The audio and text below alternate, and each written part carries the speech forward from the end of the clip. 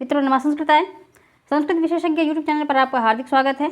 इस वीडियो में आप सभी लोग महाकवि कालिदास विरचित अभिज्ञान शाकुंतलम के चतुर्थ अंक के श्लोक संख्या 12 से 22 तक के अनुवाद को जानेंगे और सभी के कथन को जानेंगे, जैसे अनुसुईया, प्रियंवदा, कण्व, गौतमी और ये शार्ंगरव। तो सब पूरा अनुवाद पूर्णतः शामिल है और इसका एक पहले वाला जो है 1 से 11 तक का जा चुका है, तो वो भी लिंक आपको मिल जाएगा। और अगर आपने चैनल को सब्सक्राइब नहीं किया है तो सब्सक्राइब ज़रूर कर लें और बेल आइकन को दबाकर ऑल पर क्लिक कर लें। चलिए शुरू करते हैं।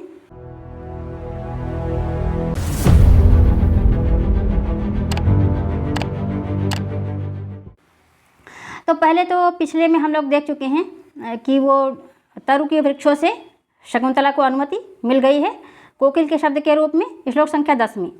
और 11 में क्या होता है कि वो आकाश से आवाज़ आती है, रम्यांतरः कमलिनी हरितैः सरोभिः और छाया द्रुमैः नियमितार्क मयूख तापः भूयात् कुशेशय रजो मर्दिर्योर्वश्याः शांतालुकून पवनश्च शिवस्य पंथाः।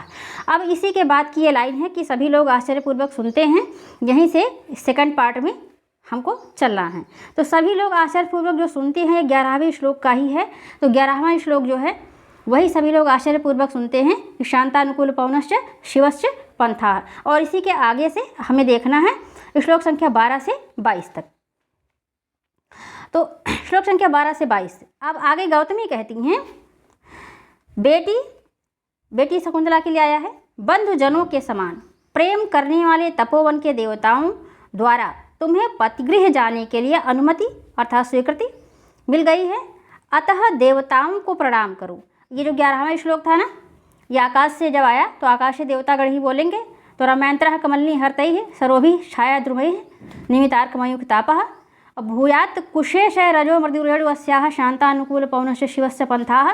इसके बाद सभी लोग सुनते हैं। फिर गौतमी जो अध्यक्षा हैं कहती हैं कि बेटी बंधुजनों के समान प्रेम करने वाले तपोवन के देवताओं के द्वारा तुम्हें जाने की अनुमति मिल गई है और इसलिए देवताओं को प्रणाम करो। फिर आगे शकुंतला, अब वो प्रणाम करने के लिए कहती हैं तो शकुंतला प्रणाम करती हुई चारों ओर घूमकर, चूँकि नाटक है तो इस तरह से इसको रंगमंच पर करना होता है। तो अब ये शकुंतला को बताते हैं कि प्रणाम करती हुई चारों ओर घूमकर हाथ की ओट में वो कहती है, सखी प्रियंवदा, आर्यपुत्र अर्थात दुष्यंत के दर्शन के लिए है, ये 2 बार के नहीं है, उत्कंठित होने पर भी आश्रम भूमि को छोड़ते हुए मेरे पैर दुख के साथ अर्थात कठिनाई से आगे की ओर बढ़ रही हैं। ये शकुंतला का कथन है। अब प्रियंवदा कहती है, उसकी जो सखी है प्रियंवदा और अनुसुईया, तो अब ये बात वो प्रियंवदा से कहती है। तो प्रियंवदा कहती है, सखी केवल तुम ही तपोवन के वियोग से व्याकुल नहीं हो, तुम्हारे वियोग के समय उपस्थित होने के कारण तपोवन की भी समान अवस्था दिखाई पड़ रही है। अर्थात विरह में तुम भी दुखी हो और तुम्हारे वियोग में, तुम्हारे विरह में तपोवन भी दुखी है। कैसे दुखी है? अब दुख का कारण वो बता रही है कि हरिणियों ने कुश के ग्रास को उगल दिया है, मयूरों ने नाचना छोड़ दिया है और लताएं पीले पत्तों को गिराकर मानो आंसुओं को बहा रही हैं। तो अब कैसे दुखी है कि हरिणियों ने कुश के ग्रास को अर्थात अपना जो भोजन होता है कौर जिसको हम कहते हैं उगल दिया है, मोरों ने नाचना छोड़ दिया है और लताएं पीले पत्तों को गिराकर मानो आंसुओं को बहा रही हैं। ये प्रियंवदा कहती है। तो आगे बढ़ते हैं। शकुंतला याद करके, हे पिताजी, तो मैं अपनी लता बहन वन ज्योत्सना से विदाई ले लूँ। फिर वो लता बहन वन ज्योत्सना से विदा के लिए कहती है। आगे कण्व कहते हैं, मैं जानता हूँ कि तुम्हारा उस पर सगी बहन सा प्रेम है, तो यह वन ज्योत्सना तुम्हारे दाहिनी ओर है। वन ज्योत्सना किस तरफ है? दाहिनी ओर है। शकुंतला पास जाकर लता को गले से लगाकर वन ज्योत्सना अपने पति आम से लिपटी हुई भी इधर फैली हुई शाखा रूपी भुजाओं से मेरा आलिंगन कर लो, आज से मैं तुमसे दूर हो जाऊंगी। आगे फिर कण्व, मैंने तुम्हारे लिए पहले से ही जिसका संकल्प किया था, अपने अनुरूप उस पति को तुम अपने पुड़ियों से पा गई हो। यह नवमालिका भी आम्र वृक्ष से मिल गई है। अर्थात शकुंतला ने दुष्यंत को पा लिया है और नवमालिका आम्र वृक्ष से मिल गई है। अब मैं इसके और तुम्हारे विषय में चिंता से मुक्त हो गया हूँ, अर्थात निश्चिंत हो गया हूँ। इधर से मार्ग पर आ जाओ। ये था 13वां श्लोक। यहाँ इस श्लोक में इधर उधर नंबरिंग पड़ी हुई है। शकुंतला दोनों सखियों से, सखियों यह लता तुम दोनों के हाथ में मेरी धरोहर है। दोनों सखियां, यह जन किसके हाथ में सौंपा जा रहा है? यह जन अर्थात वो अपने आप को कहती हैं अनसुईया और प्रियंवदा। अर्थात हम दोनों को किसके हाथ में सौंप रही हो? दोनों आंसू बहाती हैं। पुनः कड़व कहते हैं, अनुसुईया रो मत, आप दोनों द्वारा शकुंतला को धैर्य बधाना चाहिए। सभी लोग चारों ओर घूमते हैं। शकुंतला, हे पिताजी, कुटी के समीप विचरण करने वाली और गर्भ के कारण मंद गति वाली यह हरिणी मृगवधू जब निर्विघ्न बच्चा पैदा करेगी, तब इस प्रिय समाचार की सूचना देने वाले किसी व्यक्ति को मेरे पास भेजिएगा। कड़व कहते हैं, इस बात को नहीं भूलूंगा। शकुंतला चलने में रुकावट का अभिनय करती है। यह कौन मेरे वस्त्र में लिपट रहा है? पीछे मुड़ती है, अर्थात मेरे वस्त्रों में कौन पीछे छुप रहा है? कड़व कहते हैं, बेटी, ये संबोधन शकुंतला के लिए है, जिसके कुशों के अग्रभाग से बिधे हुए मुख में तुम्हारे द्वारा घावों को भरने वाला इंगुदी का तेल लगाया गया था, वही यह सामा की मुट्ठियों को खिलाकर बड़ा किया गया और तुम्हारे द्वारा पुत्र की भांति माना गया पाला गया हरिण तुम्हारे मार्ग को नहीं छोड़ रहा है। अर्थात जिसके जो मुख थे वो कुशों के अग्रभाग से उसमें घाव हो गए थे और उन घावों में तुम इंगुदी का तेल लगाया करती थी और सामा की मुट्ठियों को खिलाकर बड़ा किया तुमने, वही जो है पुत्र की भांति ये हिरण तुम्हारे मार्ग को नहीं छोड़ रहा है। आगे शकुंतला कहती है, पुत्र, साथ छोड़कर जाने वाली मेरे पीछे क्यों आ रही हो? जन्म देकर तत्काल मरी हुई माता के बिना भी तुम पाले ही गए हो। अब भी मुझसे वियुक्त होकर तुमको पिताजी पालेंगे। रोती हुई प्रस्थान करती है। आगे फिर कड़व कहते हैं, ऊपर की ओर उठी हुई बरौनियों वाले नेत्रों के व्यापार अर्थात दर्शन शक्ति को रोकने वाले आंसुओं के प्रवाह को धैर्यपूर्वक रोको, क्योंकि अदृश्य दिखाई न पड़ने वाला, अदृश्य क्या है? जो दिखाई नहीं पड़ता। जो शॉर्टकट अंदर है वो उसी का अर्थ रहता है। तो अदृश्य भूमि भाग वाले इस मार्ग में तुम्हारे पैर निश्चय ही लड़खड़ा रहे हैं। अब शारंग लोग कहते हैं, 15वां श्लोक था, भगवान यात्रा के समय प्रिय व्यक्ति का जलाशय तक जाना अनुगमन करना चाहिए, ऐसा सुना जाता है। तो यह सरोवर का तट है, यहाँ संदेश देकर आप लौट जाइए। संदेश किसके लिए देना है? दुष्यंत के लिए। तो दुष्यंत के लिए कहने के लिए जो आपका संदेश है वो आप दे करके लौट जाइए। कर्ण, तो हम लोग इस दूध वाले बरगद या पीपल, जो दूध वाले वृक्ष हैं, तो वृक्ष की छाया का आश्रय ले, अर्थात छाया में रुके। सभी लोग घूमकर रुक जाते हैं।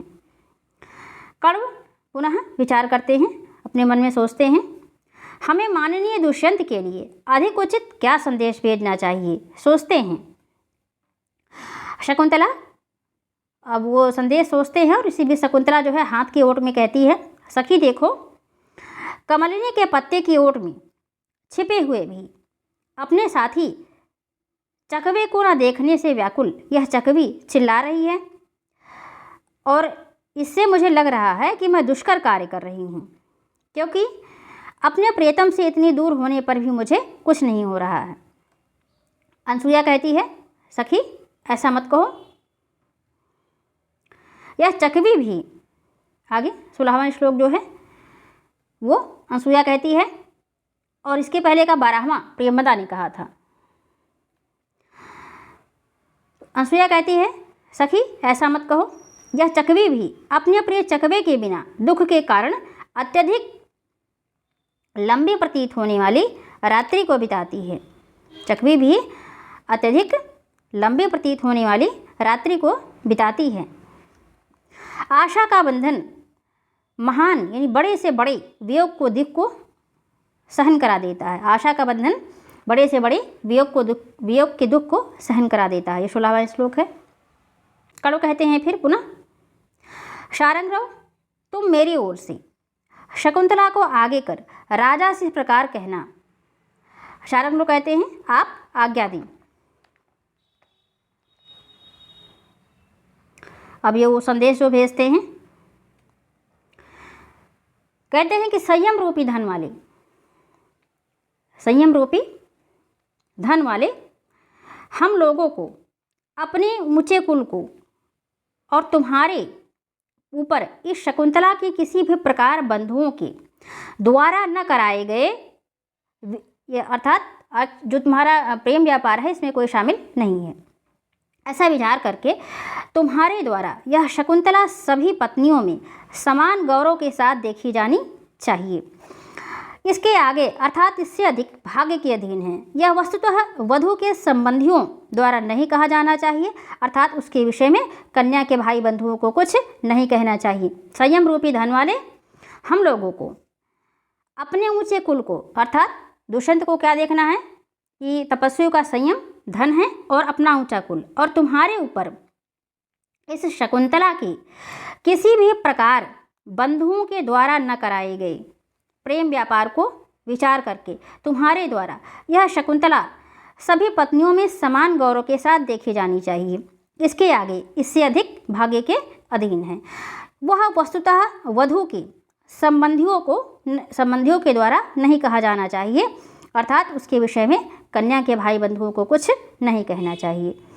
17वां श्लोक है और ये श्लोक चतुष्टय में भी शामिल है। 6, 9, 17 और 18।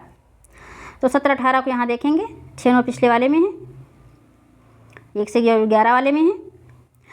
शारंगनु कहते हैं कि मैंने आपका संदेश ग्रहण कर लिया है, अर्थात समझ लिया है। कण्व पुनः कहते हैं, बेटी अब तुम्हें भी कुछ शिक्षा देनी है। बेटी यहाँ संबोधन है शकुंतला के लिए। वनवासी होते हुए भी हम लोग लोक व्यवहार को यानी लौकिक व्यवहार को जानते वाले हैं, लौकिक व्यवहार को जानते हैं। शारंगरव वस्तुतः बुद्धिमानों को कुछ भी अज्ञात नहीं है।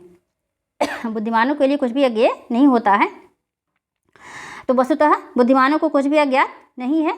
कण्व कहते हैं, तुम यहाँ से पतिगृह को पहुँचकर, तुम अर्थात शकुंतला यहाँ कहाँ से, आश्रम से, कण्व के आश्रम से दुष्यंत के यहाँ पहुँचकर क्या करना है ये बताते हैं। गुरुजनों की सेवा करना, ये भी श्लोक चतुष्टय में है, श्लोक संख्या 18। गुरुजनों की सेवा करना, सपत्नियों के साथ प्रिय सखी जैसा व्यवहार करना, तिरस्कृत होने पर भी क्रोधवश पति के प्रतिकूल आचरण न करना, सेवक सेविकाओं के प्रति अत्यधिक उदार रहना और अपने अच्छे भाग्य पर निराभिमान होना, अर्थात गर्व मत करना। इस प्रकार आचरण करने वाली युवतियाँ गृहिणी के पद को प्राप्त करती हैं और इसके प्रतिकूल आचरण करने वाली युवतियाँ कुल के लिए व्याधि यानी विपत्ति का कारण बनती हैं। तो गुरुजनों की सेवा करना, सपत्नियों के साथ प्रिय सखी जैसा व्यवहार करना और तिरस्कृत होने पर भी क्रोधवश पति के प्रतिकूल आचरण नहीं करना, सेवक सेविकाओं के प्रति अत्यधिक उदार रहना और अपने अच्छे भाग्य पर कभी गर्वित नहीं होना, और इस प्रकार आचरण करने वाली युवतियाँ गृहलक्ष्मी के पद को प्राप्त करती हैं और इसके जो विपरीत करती हैं वो कुल के लिए व्याधि होती हैं। अथवा गौतमी इस विषय में क्या सोचती हैं, अर्थात गौतमी का क्या मत है। गौतमी, इतना उपदेश वधुओं अर्थात नवविवाहित युवतियों के लिए पर्याप्त है। बेटी यह सब अवश्य ही भली भांति याद रखना। कण्व, बेटी मुझसे और अपने सखियों से गले मिल लो। आगे पुनः शकुंतला कहती हैं, पिताजी क्या यहाँ से ही प्रियंवदा और अनसुईया दोनों सखियाँ लौट जाएंगी? कण्व पुनः कहते हैं, बेटी इन दोनों को भी देना है, अर्थात इन दोनों का भी विवाह करना है। इनका वहाँ जाना उचित नहीं, तुम्हारे साथ गौतमी जाएंगी।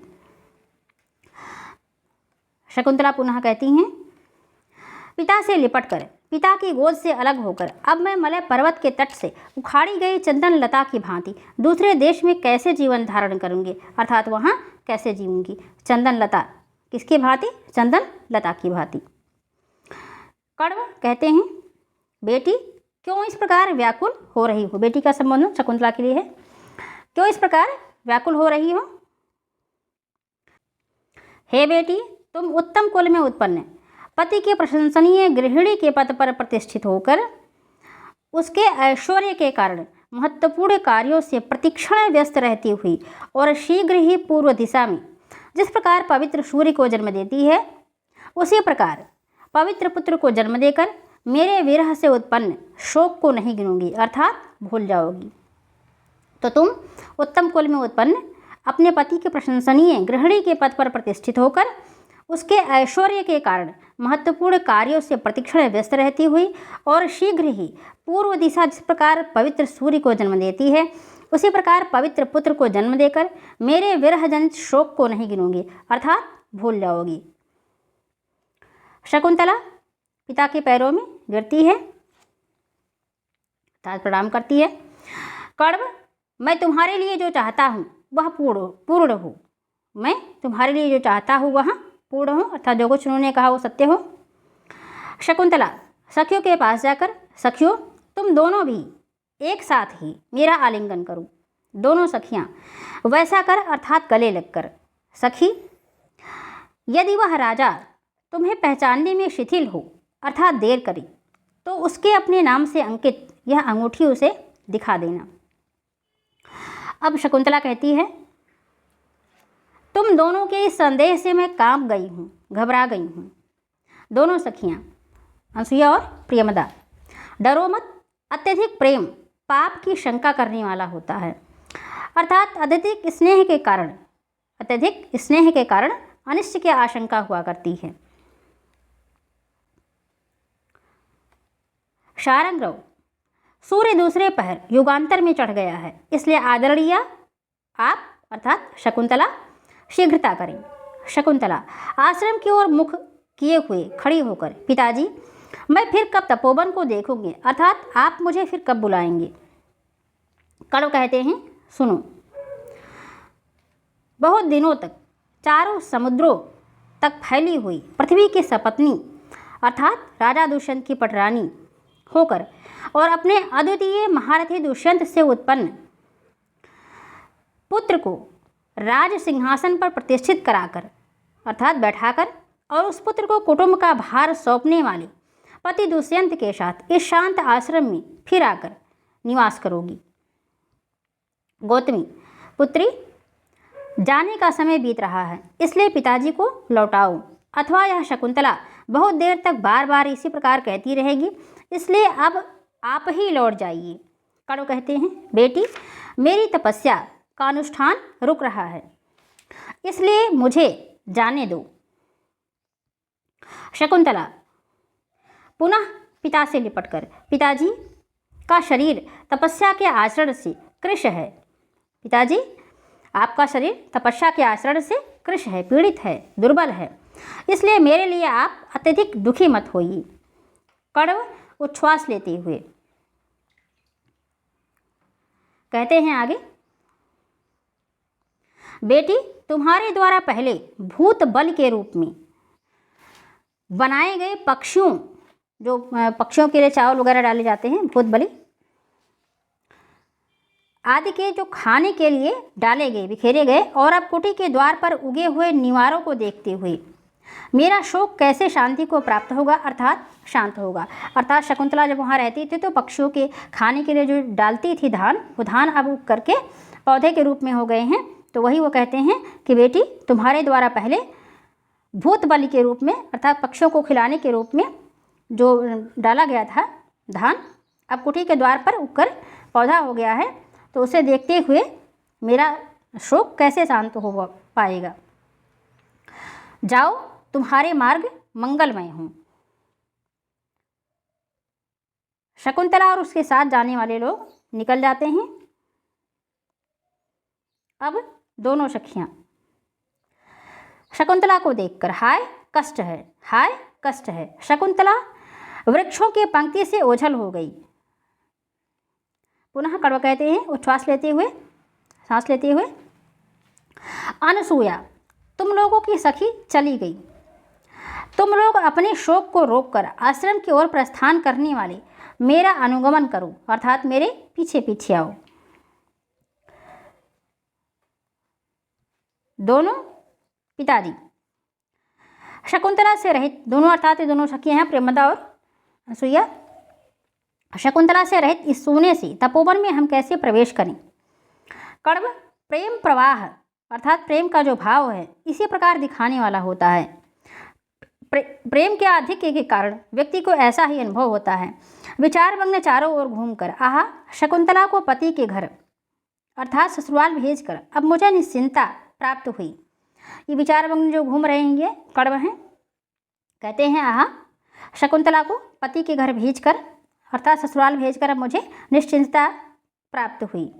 क्यों हुई कि कन्या वस्तुतः दूसरे का ही धन है। आज उस कन्या को अर्थात शकुंतला को